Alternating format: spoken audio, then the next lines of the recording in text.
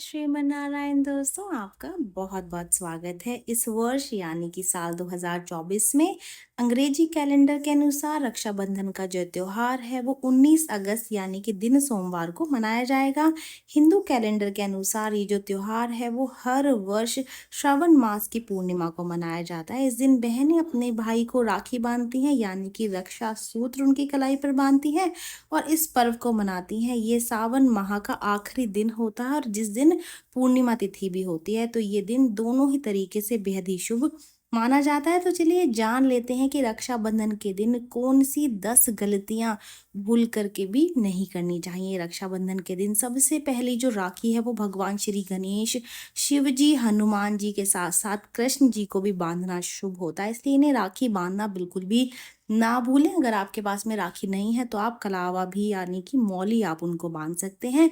रक्षाबंधन के दिन राखी बांधते समय शुभ मुहूर्त का ध्यान रखें। राहु काल हो या फिर भद्रा काल, इन दोनों समय में ही भूल करके भी भाई को राखी ना बांधे। साथ ही भगवान को भी राखी अगर आप चढ़ा रहे हैं तो भद्रा और राहु काल जरूर से देख लें कि ऐसा समय तो नहीं है कि भद्रा का समय चल रहा है, क्योंकि भद्रा का जो समय है वो बिल्कुल भी शुभ नहीं माना जाता। भद्रा काल का वो समय है, ऐसा कहा जाता है कि भद्रा काल में शूर्पणखा ने रावण को राखी बांधी थी और तभी से उसका साम्राज्य नष्ट होना शुरू हो गया था। काले धागे की टूटी फूटी या फिर खंडित राखी अपने भाई को कभी भी नहीं बांधनी चाहिए।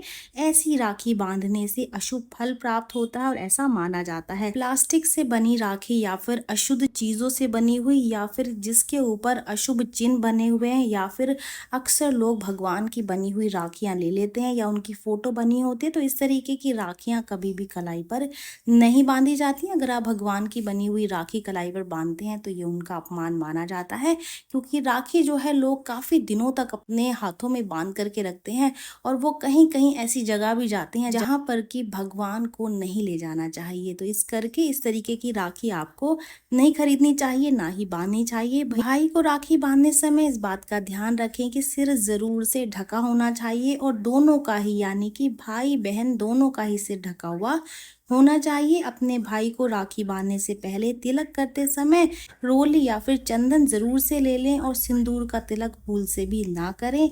अक्षत खंडित ना हो इसका ध्यान रखें, यानी कि जिन चावलों का इस्तेमाल आप तिलक करने के लिए कर रहे हैं वो एक एक चावल साबुत होना चाहिए। राखी बांधने के समय भाई का जो मुख है, जो उनका मुंह है, वो दक्षिण दिशा में ना हो, इस बात का विशेष ध्यान रखें। भाई की आरती करते समय टूटा फूटा यानी कि खंडित दीपक नहीं होना चाहिए। बहन की आरती करने के पश्चात भाई थाली में दक्षिणा दिए बगैर अपनी जगह से उसको नहीं उठना चाहिए। वो इसकी जगह कोई उपहार भी अपनी बहन को दे सकता है। राखी बंधवाने के बाद में भाई अपनी बहन के पैर अवश्य छुएं। यदि भाई बड़ा है और बहन छोटी है तो बहन को भाई के पैर छूना उचित रहता है, क्योंकि भाई का जो स्थान है वो पिता के समान माना जाता है। ये जानकारी यहीं तक ही। उम्मीद है दी गई जानकारी आपके काम आएगी और आप इसका लाभ उठाएंगे। तो चलिए मिलते हैं नई वीडियो में नई जानकारी के साथ। जय श्रीमन्नारायण दोस्तों, जय श्री कृष्ण।